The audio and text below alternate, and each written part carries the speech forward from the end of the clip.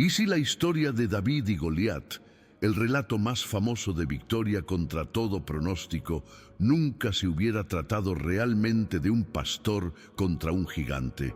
¿Y si, en cambio, fuera el cumplimiento aterrador y glorioso de una promesa susurrada por Dios mismo en las ruinas del paraíso al amanecer de los tiempos? Esta no es solo la crónica de una batalla antigua, es la puesta en escena de una guerra cósmica declarada en el jardín del Edén. Lo que estás a punto de descubrir es que la piedra que voló por el aire en el valle de Ela no solo llevaba la fuerza de un joven pastor, sino que también portaba el peso de la primera y más importante profecía de toda la Escritura. Una promesa casi olvidada que define el destino de la humanidad. Antes de que existieran reyes, profetas o naciones, en el silencio que siguió a la primera desobediencia, la humanidad recibió una herida y una promesa. ¿Te has sentido alguna vez así, enfrentando un gigante que parece invencible, una voz en tu vida que se burla de tu fe, de tu fuerza, de tu mismo Dios? Un problema tan grande, tan blindado y tan desafiante que paraliza a todos a tu alrededor, dejándote en un silencio de miedo y desesperanza. Esta sensación no es nueva. Es el eco de un conflicto antiguo, un enfrentamiento que no comenzó en un campo de batalla con ejércitos y estandartes, sino en un jardín con el susurro de una serpiente. Comprender esta batalla es la clave para entender las tuyas. Viajemos al origen, a Génesis capítulo 3. La escena es devastadora, la armonía está rota, la inocencia perdida. El hombre y la mujer se esconden de la presencia de aquel que caminaba con ellos en la brisa del día. Y es aquí, en medio del juicio y la consecuencia, donde Dios enciende la primera chispa de esperanza. Dirigiéndose no al hombre, sino a la serpiente, al tentador, declara una guerra perpetua. Y pondré enemistad entre ti y la mujer, y entre tu simiente y la simiente suya. Esta te herirá en la cabeza, y tú le herirás en el calcañar. Esta declaración, conocida por los teólogos como el protoevangelio, es el primer evangelio, la primera buena noticia. Es la promesa de que la serpiente no tendría la última palabra. Esta profecía establece el guión para toda la historia de la redención. Habla de dos linajes, dos simientes o descendencias que estarían en conflicto a lo largo de los siglos. Por un lado, la descendencia de la serpiente, aquellos que operan en la rebelión, el orgullo y el desafío a Dios. Por otro, la simiente de la mujer, una descendencia misteriosa que nacería para asestar un golpe mortal y definitivo. Desde este momento, la historia humana se convierte en el escenario de esta enemistad. Cada acto de fe, cada acto de rebelión, cada confrontación entre el bien y el mal se convierte en un eco de esta guerra declarada en el umbral de la historia. Este conflicto no fue una idea abstracta, tomó forma y carne a través de las generaciones. Lo vemos en la sangre de Abel clamando desde la tierra contra su hermano Caín. Lo vemos en la corrupción que provocó el diluvio, donde solo el linaje de Noé fue preservado. Lo vemos en la arrogancia de la Torre de Babel, un monumento a la descendencia de la serpiente que buscaba alcanzar el cielo por sus propias fuerzas. Y lo vemos en la elección de Abraham, a través de quien Dios prometió bendecir a todas las familias de la tierra, preservando la línea de la promesa. La profecía de Génesis 3:15 no estaba dormida. Era un río subterráneo de propósito divino, esperando el momento y el lugar para emerger con una fuerza devastadora. Miles de años después, ese río está a punto de brotar en un valle polvoriento llamado Ela. Dos ejércitos se miran con terror. Durante 40 días, la rutina ha sido la misma. El sol se levanta y con él se levanta una sombra que desafía no solo a los ejércitos de Israel, sino al Dios de Israel. El aire está cargado de miedo, un miedo tan espeso que se puede sentir. Las espadas de los soldados de Israel pesan más cada mañana, no por su metal, sino por su inutilidad. La nación de la promesa, la heredera del pacto de Abraham, está paralizada, humillada y acorralada por una manifestación física de la antigua enemistad. He aquí Goliat de Gat. Su descripción en las Escrituras es deliberadamente aterradora. Su altura, su coraza de bronce, la punta de hierro de su lanza, pero Goliat es mucho más que un guerrero formidable. Él es la encarnación de la simiente de la serpiente. Su desafío es una blasfemia. «Dadme un hombre que pelee conmigo», grita. Sus palabras no son solo una táctica militar, son una burla teológica. Él personifica el orgullo del Edén, la rebelión de Babel y el poder desafiante del mal que se opone al plan de Dios. Él no es simplemente un filisteo, es un argumento contra la soberanía de Yahvé, un gigante que se atreve a maldecir al linaje de la promesa. Frente a esta manifestación del poder de la serpiente, la fuerza humana se revela completamente inútil. El rey Saúl, el hombre más alto de Israel, el ungido del Señor, se esconde en su tienda. Sus guerreros, los más valientes de la nación, tiemblan en sus armaduras. Todo el poder militar de Israel, toda su estrategia y experiencia se desmorona ante las palabras de un solo hombre. Este momento es crucial porque demuestra una verdad espiritual fundamental. Las fortalezas de la descendencia de la serpiente no pueden ser vencidas con las armas de este mundo. Se necesita una intervención de un orden diferente, una solución que no provenga de la fuerza del hombre, sino de la fidelidad de Dios a su propia palabra. Y entonces, en el escenario del miedo y la parálisis, entra la figura más improbable. No un soldado, sino un pastor. No un hombre de guerra, sino un músico y poeta. David, el menor de sus hermanos, enviado al campo de batalla no para luchar, sino para llevar pan y queso a sus hermanos mayores. Es casi un insulto a la tensión dramática del momento. El mundo ve a un muchacho de mejillas sonrosadas y apariencia hermosa, completamente fuera de lugar. Pero Dios ve el corazón, Dios ve al portador de la promesa, al eslabón elegido en el linaje de la mujer, que llega no con armadura y espada, sino con una fe forjada en la soledad de los pastos, protegiendo a sus ovejas de leones y osos. David escucha el desafío de Goliat, y a diferencia de todos los demás, no oye la voz de un gigante invencible. Oye la voz de la antigua serpiente desafiando al Dios viviente. Su indignación no es por el honor de Israel, sino por el honor de Dios. ¿Quién es este filisteo incircunciso para que provoque a los escuadrones del Dios viviente?, pregunta. Su perspectiva lo cambia todo. Él no ve una batalla entre dos ejércitos. Ve la continuación de la guerra declarada en el Edén. Y en ese momento David, sin saberlo, se posiciona para convertirse en el instrumento humano que representará teatralmente el cumplimiento de la promesa. Él no confía en su fuerza, sino en el nombre del Señor de los ejércitos, el Dios de los escuadrones de Israel, a quien Goliat ha provocado. La escena está lista. La respuesta de David a la oferta del rey Saúl es uno de los momentos más reveladores de toda la narrativa. Le presentan la mejor armadura que la nación puede ofrecer, el casco de bronce del rey, su propia cota de malla. Es un intento humano de equipar al elegido de Dios con la fuerza del mundo. Pero cuando David intenta caminar, se siente atrapado, torpe, ajeno. «No puedo andar con esto, pues nunca lo practiqué», declara. Este rechazo es mucho más que una cuestión de comodidad o familiaridad. Es un acto profético. David se despoja de la confianza en el poder humano, en las estrategias de la carne que habían mantenido a todo un ejército paralizado de miedo.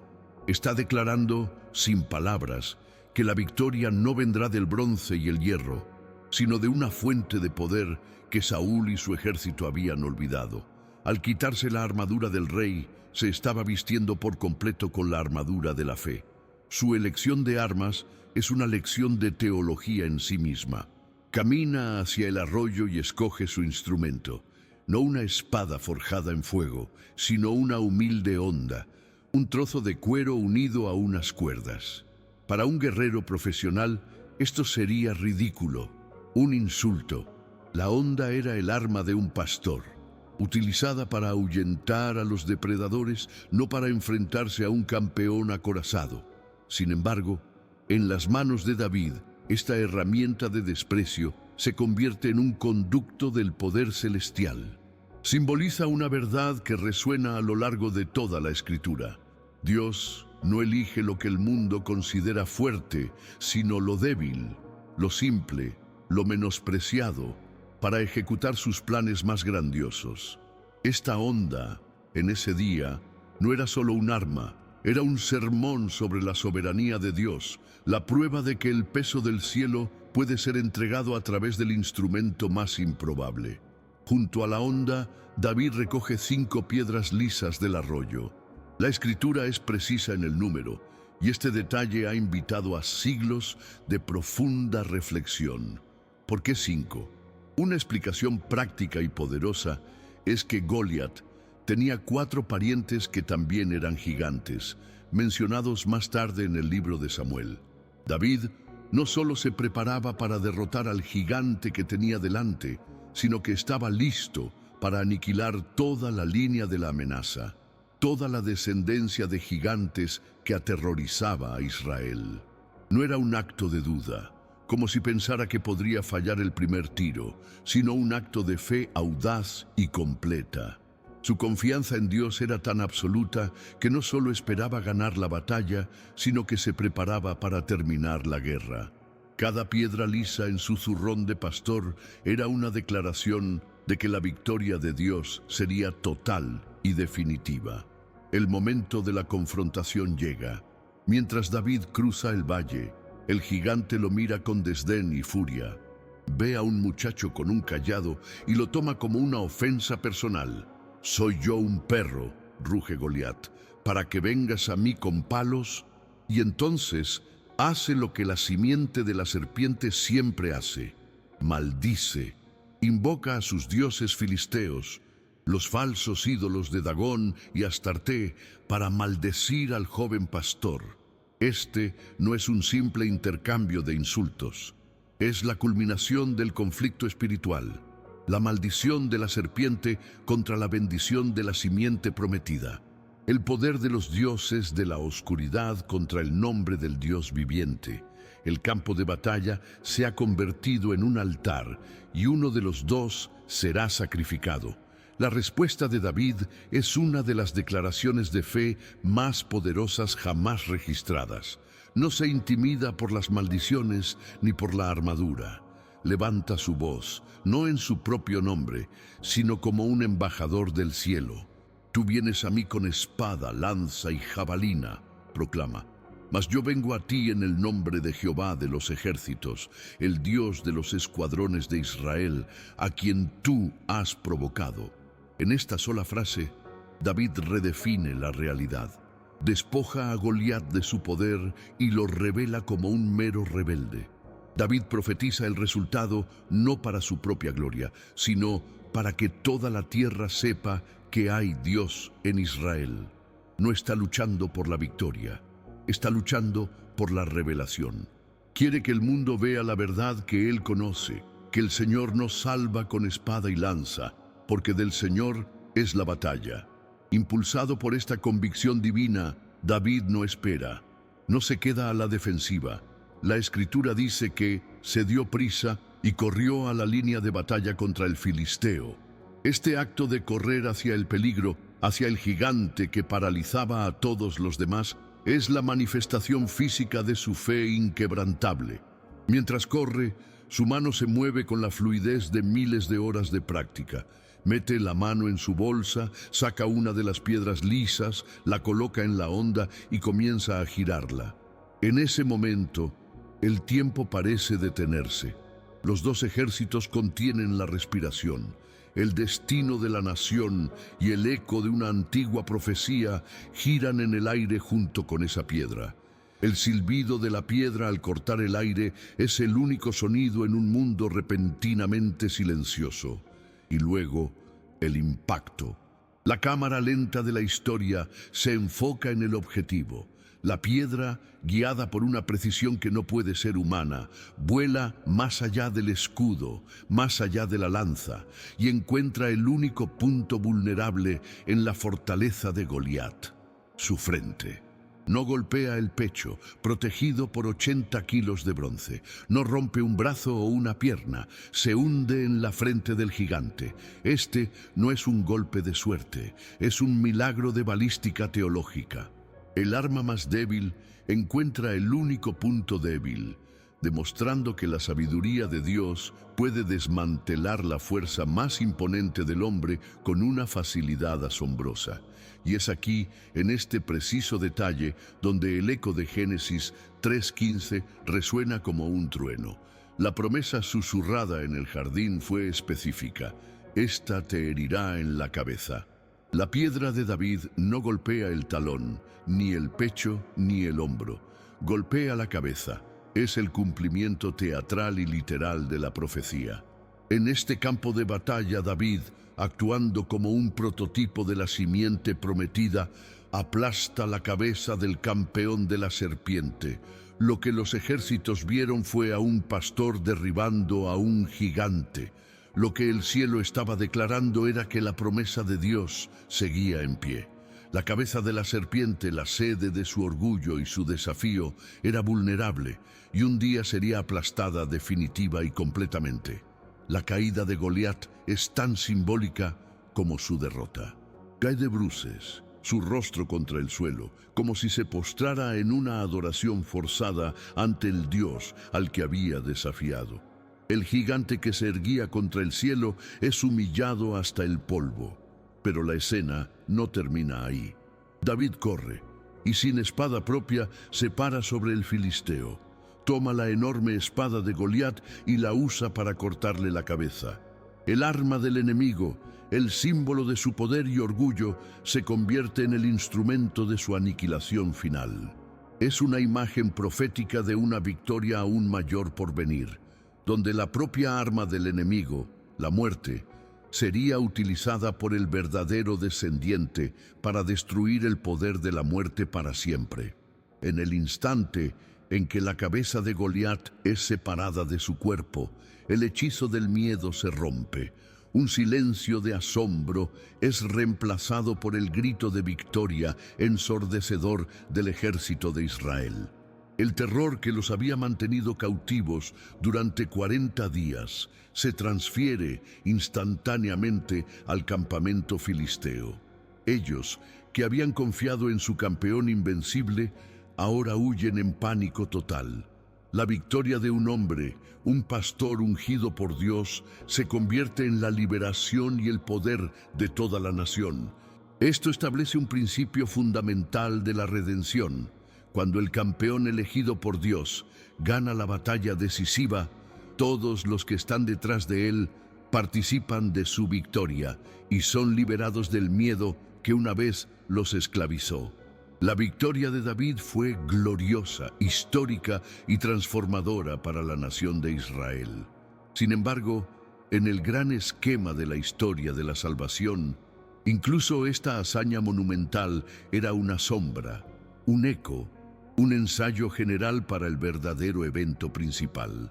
David, el pastor ungido que se convirtió en rey, fue un poderoso arquetipo, un adelanto cinematográfico del verdadero pastor y rey que estaba por venir. Su victoria en el valle de Ela fue una victoria física y temporal que apuntaba a una victoria espiritual y eterna. Dios estaba usando la historia como un lienzo, pintando un retrato de la redención con los colores de la vida real, para que cuando la realidad misma llegara, pudiéramos reconocerlo. David hirió la cabeza de un campeón filisteo, pero la profecía del Edén hablaba de un golpe que aplastaría la misma cabeza de la serpiente. Avancemos en el tiempo, más allá de los reyes y profetas, hasta un establo en Belén. Allí nace la verdadera simiente de la mujer. Jesucristo, concebido por el Espíritu Santo y nacido de la Virgen María, es el único en toda la historia que encaja perfectamente en esta descripción profética. No es meramente un descendiente de mujer, él es la descendencia por excelencia, nacido fuera del linaje de pecado que comenzó con Adán. Él es el campeón perfecto que la humanidad no podía producir, el único que podía enfrentarse al antiguo enemigo no con la fuerza de la carne, sino con la pureza de la divinidad. Su llegada no fue anunciada por el sonido de las espadas, sino por el canto de los ángeles, declarando paz en la tierra y el comienzo del fin del reino de la oscuridad. El enfrentamiento final no tendría lugar en un valle militar, sino en una colina fuera de Jerusalén llamada Gólgota, el lugar de la calavera. Este era el verdadero campo de batalla. Aquí, la simiente de la serpiente, actuando a través de los poderes religiosos y políticos, desató toda su furia. Cristo fue desafiado, burlado y escarnecido. «Si eres el Hijo de Dios, sálvate a ti mismo», le gritaban, un eco demoníaco del desafío de Goliat. A los ojos del mundo, la cruz parecía una derrota absoluta. El campeón del cielo estaba siendo humillado, herido y asesinado. Parecía que la serpiente finalmente estaba ganando, hundiendo su veneno en el talón del Hijo de Dios. La oscuridad cubrió la tierra y la esperanza pareció morir con él. Pero aquí es donde la sabiduría divina subvierte por completo la lógica del enemigo. En la cruz, Jesús no estaba simplemente soportando el golpe, lo estaba absorbiendo. Estaba atrayendo todo el veneno del pecado y la muerte a sí mismo. La cruz fue el momento en que la serpiente hirió su calcañar, causando un dolor inmenso y una muerte física.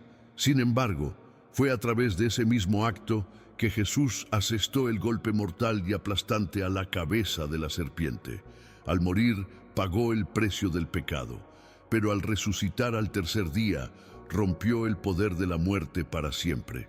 La resurrección fue la piedra que, lanzada desde la eternidad, golpeó la cabeza del antiguo dragón, demostrando que su poder era limitado y su derrota segura. El apóstol Pablo lo describe de esta manera en Colosenses: Dios desarmó a los poderes y a las potestades y los exhibió públicamente, triunfando sobre ellos en la cruz. La victoria no se ganó a pesar de la cruz, sino a causa de ella. Así como David usó la propia espada de Goliat para asegurar la victoria, Jesús usó la principal arma del diablo, la muerte, para desarmarlo por completo. La cabeza de la serpiente representa su autoridad, su derecho a acusar, su poder para condenar a través del pecado y mantener a la humanidad cautiva del miedo a la muerte. Al resucitar de entre los muertos, Cristo declaró que el pecado ha sido pagado, la muerte ha sido vencida y la autoridad de Satanás ha sido irrevocablemente quebrantada. El gigante ha caído, y esta vez para no levantarse jamás. Entonces, ¿qué tiene que ver contigo esta guerra cósmica que comenzó en un jardín y culminó en una cruz? Todo, porque aunque la guerra ha sido ganada por nuestro campeón, las batallas a menudo siguen haciendo estragos en el valle de nuestras vidas diarias. Tú y yo todavía nos enfrentamos a gigantes. Gigantes que, al igual que Goliat, se paran frente a nosotros, se burlan de nuestra fe y desafían las promesas de Dios para nuestra vida. Sus voces son ruidosas y sus armaduras parecen impenetrables. Son los gigantes de la depresión, la ansiedad, la adicción, la enfermedad, la amargura, la escasez o un pasado que se niega a permanecer muerto. Y al igual que el ejército de Israel, a menudo nos encontramos paralizados por el miedo, mirando al gigante en lugar de mirar a nuestro Dios. Pero la historia de David no solo nos muestra el problema, nos enseña a armarnos. Tus armas pueden no parecer impresionantes para el mundo, pero son las únicas que importan.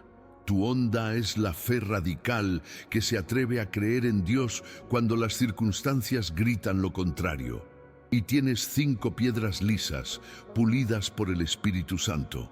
La primera es la piedra de la palabra de Dios, una promesa específica que puedes lanzar contra la mentira del enemigo.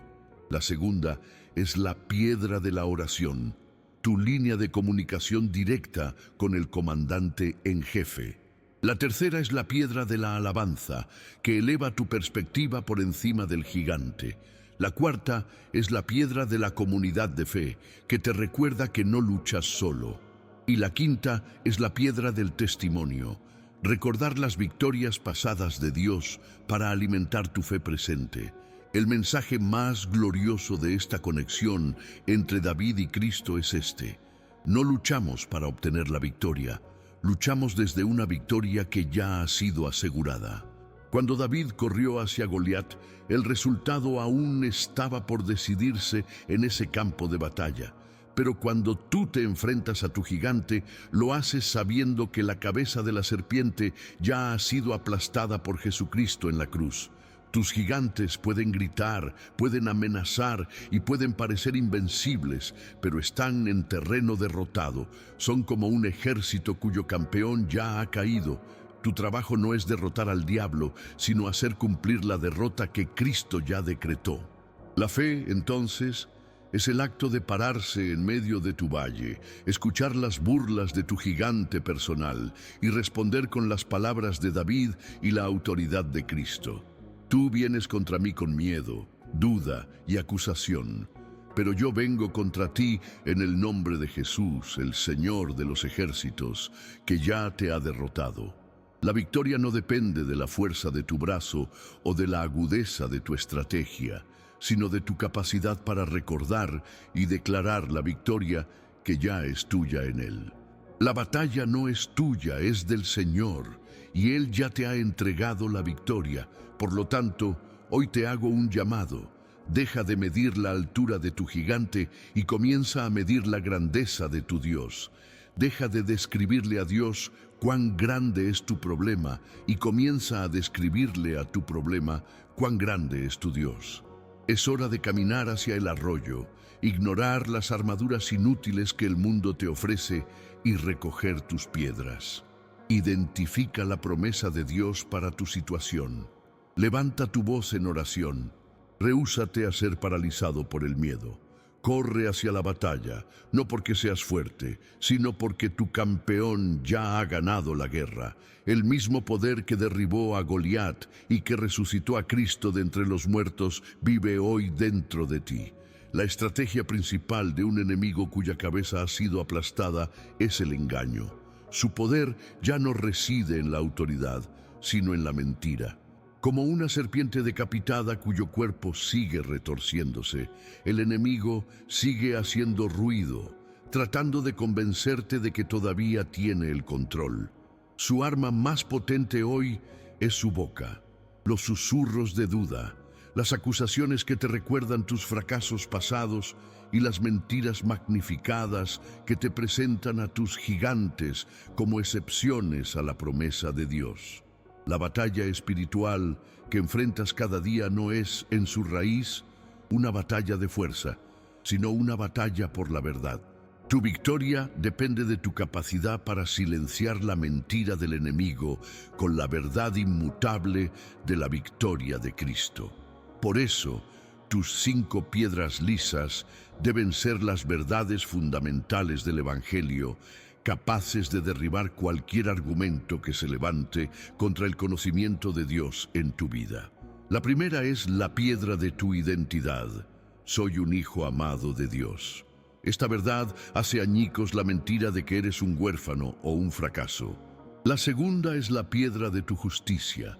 Soy la justicia de Dios en Cristo Jesús. Esta destruye la acusación de que eres un pecador indigno y descalificado. La tercera es la piedra del perdón. He sido completamente perdonado y limpiado por la sangre del Cordero. Esto silencia la voz del pasado que intenta definir tu presente. La cuarta es la piedra de la autoridad. Tengo autoridad en el nombre de Jesús para resistir al diablo.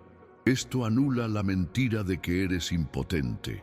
Y la quinta, la más personal, es la piedra de la promesa, la palabra específica que Dios te ha dado para tu situación actual.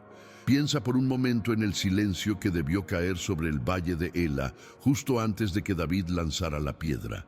El espacio entre la amenaza y la acción, el momento en que la fe debe actuar antes de que la victoria sea visible. Ese silencio es el campo de entrenamiento de tu alma. Es en la quietud de tu decisión, cuando eliges confiar en la promesa invisible en lugar de la amenaza visible, donde la batalla se gana de verdad. Es el momento en que te arrodillas a orar aunque no sientas nada, cuando abres tu Biblia aunque tu mente esté distraída, cuando decides perdonar aunque el dolor siga presente. Es en ese silencio sagrado donde tu fe se convierte en la onda, preparando la piedra que Dios mismo guiará a su destino.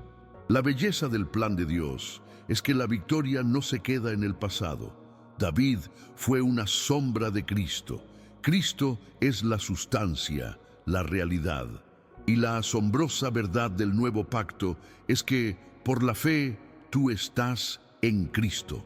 Esto significa que no solo estás imitando el ejemplo de David, estás participando de la victoria misma de Cristo. La sustancia se ha convertido en tu sustento.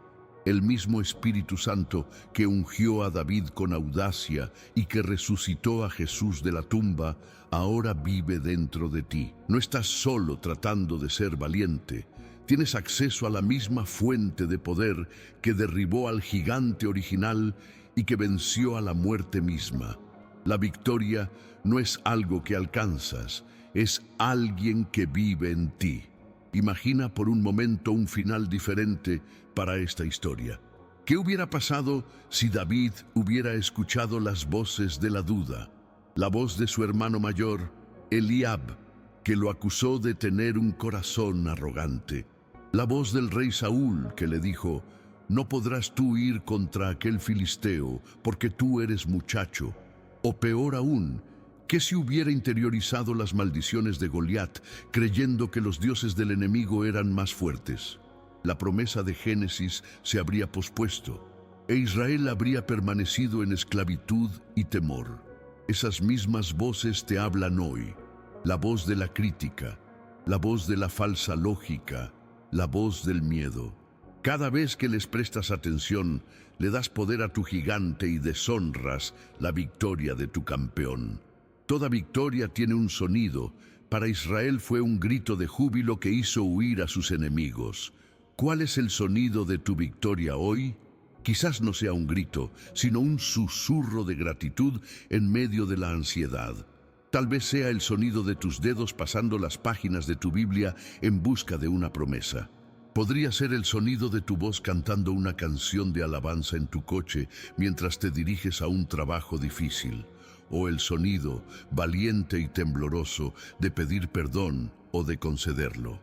Cada acto de fe, por pequeño que sea, emite un sonido en el ámbito espiritual.